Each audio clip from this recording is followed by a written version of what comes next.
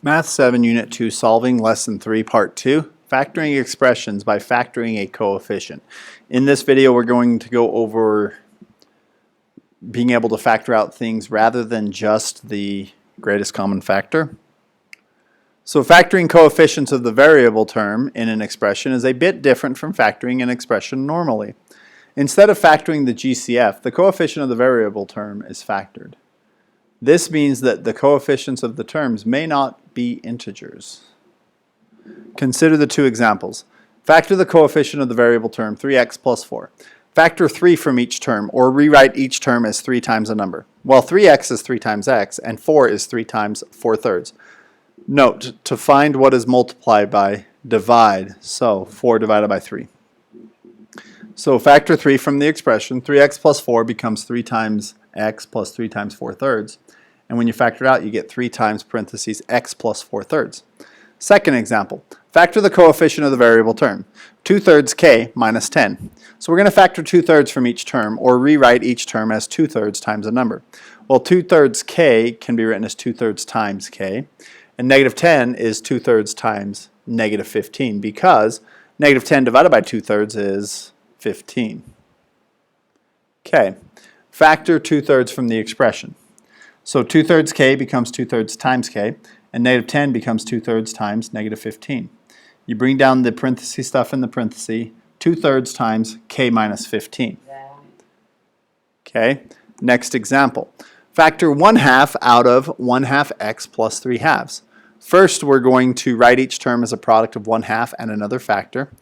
Well, 1/2 x is 1/2 times x, and 3/2 is 1/2 times 3.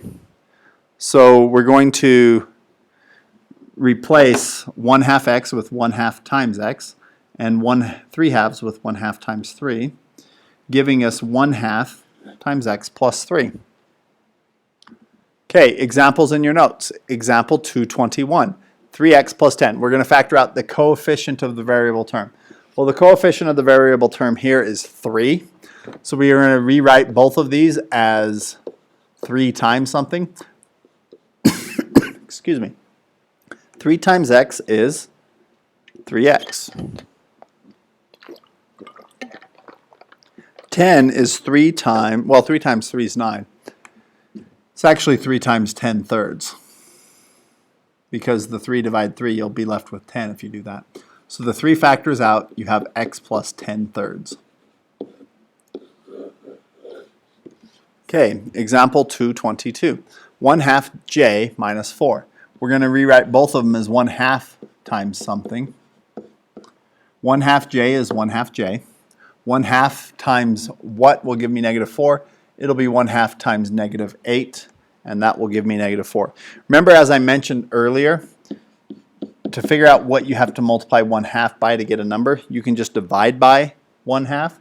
This would be the same as flipping and multiplying by 2 over 1, and that would give you the negative 8. Okay, that's just a little side note.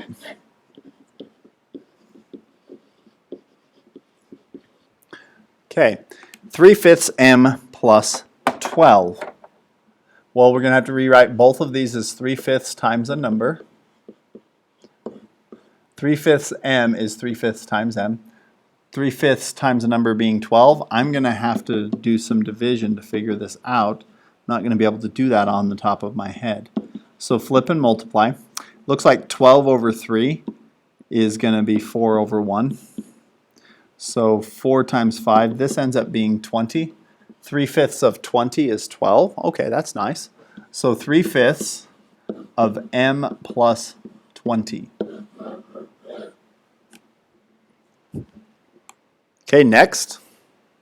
Factor out the coefficient of the variable term. All right, here, 1/2 d plus 3/8. 1/2 is the coefficient of the variable term. So we're going to rewrite these both as 1/2 times something. This is 1/2 times d. And 3/8, let's see, what would that be? To get an 8 on bottom, I need 2 times 4. To get a 3 on top, I need 1 times 3. So that'd be 3/4. Okay, this gives me 1/2 and then d plus 3/4 on the inside. And that one's done. All right, 3/4 x plus 3. we're going to rewrite both of these as 3/4 times something. Well, 3/4 x is 3/4 times x. 3/4 times something to get to 3. Well, 3 is 12/4. So it looks like we need to multiply by 4. So 3/4 times 4 is 3. Okay, so that would be 4. And this would be 3/4 x plus 4. Okay, back into the notes. The area of a rectangle is 10g plus 13. The length of the rectangle is 5. Determine the width. Hint, rewrite the area of the rectangle as a product of length and width. Okay, what we're going to do here is factor out a 5 and rewrite it as 5 times something. So 10g plus 13, I'm going to factor 5 out of both of these. Well, 5 goes into 10 twice, so that's going to be 2g. 5 goes into 13. It doesn't go in an even number of times, so I'm just going to have to divide to figure out what it is. It's going to be 13/5. And then when I factor out the 5, I get 5 times 2g plus 13 over 5. So we want to know the width of the rectangle. If the length is 5, the width is 5 times the area is 5 times 2g plus 13/5. So the width is going to have to be 2g plus 13/5. There will be a problem like this on the assignment where you figure out the length or width by factoring out the other one. It's basically dividing by it. Okay, factor -2 out of -4p plus 10. So we're going to factor -2 out this time. So -2 times what makes -4p? It's going to be positive 2p. -2 times -5 makes 10. So I go ahead and pull the -2 out. I get 2p minus 5. And there it is factored. Factor -5 out of -15x plus 25. Well, I'm going to rewrite this as -5 times something plus -5 times something. -5 times 3x make -15. -5 times -5 make positive 25. So factoring out the -5 and then bring down the parenthesis stuff, 3x minus 5. Okay, another example. Factor -2 out of 30 minus 8k. I'm going to rewrite these as -2 times something. 30 is -2 times -15. -8k is -2 times 4k.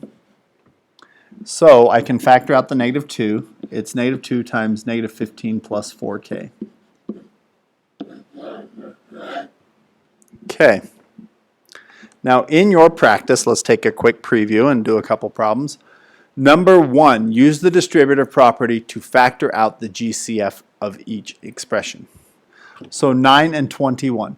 The biggest number that goes into 9 and into 21 actually happens to be 3. So I'm going to rewrite this as 3 times something plus 3 times something. 9 is 3 times 3. 21 is 3 times 7. Factor out the 3. The answer here is 3 times 3 plus 7. Okay, and then you'll do that with the other ones here on number 1. A lot of them have variables, the first one didn't. Number 2, factor out the coefficient of the variable term. So 1/3 b minus 1/3. I'm going to write everything as 1/3 times something plus 1/3 times something. Well, 1/3 b is 1/3 times b. -1/3 is 1/3 times -1. So I pull out the 1/3 and I'm left with b minus 1 on the inside. Okay. Number 3, a review problem of simplifying. That was from earlier in the unit. Number 4, a review of, actually this is what we did on that problem here, factoring out the 5 so we could find out the height. So on number 4, you're going to factor out 2/3 to figure out what the base of the rectangle is, and that will be what's left in the parentheses. Number 5 is a review of adding, subtracting, dividing, and adding, multiplying, dividing, and subtracting two integers. Number 6 is a review of multiplying, adding, dividing, and subtracting two decimal numbers. I guess you can use a calculator on that. Number 7, a square wrestling mat has a perimeter of 12x minus 36 feet. Write an expression to represent the side length of the mat. All right, you need to know that since it's a square, there are 4 sides the same. So you're going to need to factor out a 4, and whatever is left inside after you factor out 4 is the side length of the mat. And then you're going to plug in x equals 17 to whatever that number is.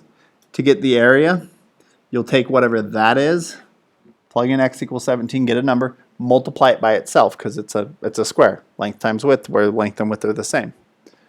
Number 8, making a diagram. I'm going to leave that for you to do rather than give you a hint on it. It'll probably be asked about as we go over it, but you're just going to be drawing a picture and then explaining what the picture means, writing an expression. You know, what does x mean is